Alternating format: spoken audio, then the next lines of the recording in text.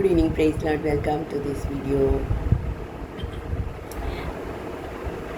Last video நான் வந்து உலகம் அப்படின்னு நான் சொல்லியிருந்தேன். உலகம், மாமிசம், பிசாசு, அது கர்த்தரை விடுதலையாக்கினார் அப்படின்னு நான் சொன்னேன்.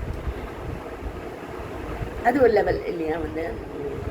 அப்புறம் எங்கள் ஊரில் அதான் பெரிய பாஸ்டர் இருந்தார். அவரும் தொடர்ந்து என்னுடைய ஆவிக்குரிய ஜீவியத்துக்காக அவர் முயற்சி பண்ணிட்டு இருந்தார். ரெகுலராக வீட்டுக்கு வந்து ப்ரேயர் பண்ணுவார். அப்படி ஒரு தடவை நான் இதை சொன்னேன், உலகத்துக்கும் நமக்கும் சம்மந்தம் இருக்காது அப்படின்ற மாதிரி நான் நினச்சிட்டேன். அதான் அவர்கிட்ட நான் சொன்னேன். மோரோவர் எனக்கு வந்து நான் பெற்றுக்கொண்ட சாட்சி அனுபவத்தை வந்து மற்றவங்களுக்கு சொல்லணும். நிறைய பேரை அப்படி ஆர்வக்கோளாறு உள்ளவங்கள இருக்கிறத பார்க்கலாம். அதுமாரி எனக்கும் இருந்தது. இது ரெண்டையும் அவர்கிட்ட நான் ஷேர் பண்ணேன். அப்போ வந்து அவர் ரொம்ப சூப்பர் சீனியர் பாஸ்டர். அவர் வந்து என்ன சொன்னார்னா, நிறைய பேர் அப்படி தான் நினைக்கிறாங்க, உலகத்தை விட்டு நம்ம போயிடணும், நீங்கி போயிடணும் அப்படி தான் நினைக்கிறாங்க. ஆனால் வசனம் இருக்கு, பவுலாகிலும் கேபாவாகிலும் உலகமாகிலும் எல்லாம் உங்களுடையது அப்படின்னு ஒரு வசனம் இருக்கு. அதை வந்து அவர் எக்ஸ்பிளைன் பண்ணி அவர் சொன்னார். அவங்க அனுபவிக்கிறது இல்லை, எல்லாமே வந்து விசுவாசிகளுக்காக தான் ஏற்படுத்தி கர்த்தர் வச்சிருக்காரு. இதை நான் வேற வீடியோவில் கூட எக்ஸ்பிளைன் பண்ணி நான் சொல்லியிருக்கேன். அதுமாதிரி உலகத்தை விட்டு நம்ம நீங்கி போகணுன்னு கிடையாது, எல்லாமே உங்களுடையது தான், விசுவாசிகளுடையது தான் அப்படின்னு அவர் எக்ஸ்பிளைன் பண்ணி அந்த பாஸ்டர் சொன்னார். ஸோ அது எனக்கு ரொம்ப யூஸ்ஃபுல்லாக இருந்தது. ஸோ நான் வாங்கக்கூடிய இதுமாரி ட்ரெஸ்ஸஸ்ஸு எல்லாத்தையுமே வந்து நான் ஊழியத்துக்காகவே நான் பயன்படுத்த அந்த போதனை வந்து எனக்கு யூஸ்ஃபுல்லாக இருந்தது.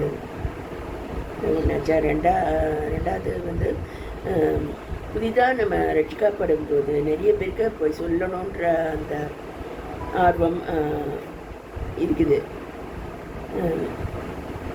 ஆனால் நிறைய சபைகளில் அதுமாரி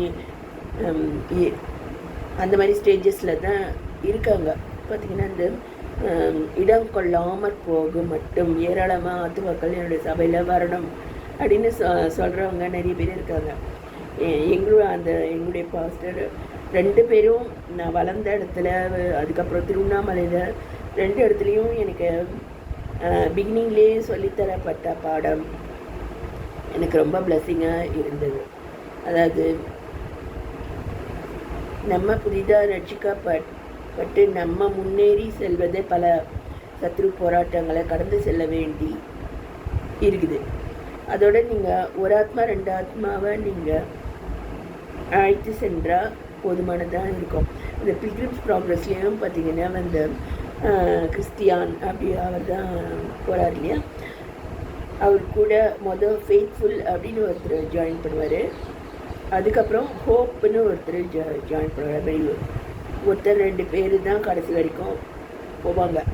இடையில வர்றவங்க நிறைய பேர் மெயின் கேட்டில் வந்தே இருக்க மாட்டாங்க. பக்க வழியாக நுழைந்த கள்ள சகோதரர் அப்படின்னு இருக்க பாருங்க, அந்த மாதிரி இருக்கும்.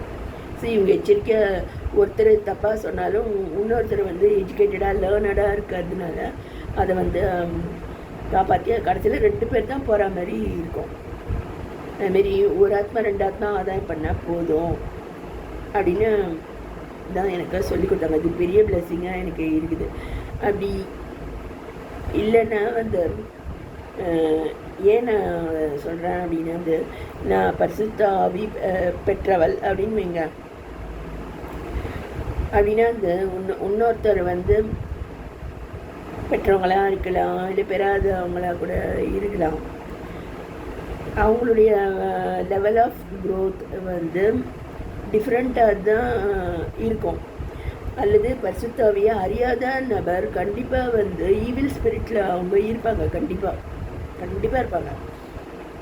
இதில் வந்து நான் கற்றுக்கொண்டது. ஸோ நம்ம வந்து எல்லாருக்காகவும் ஜெபிக்கிறது தான் முதல்ல நம்ம செய்யக்கூடிய வேலை.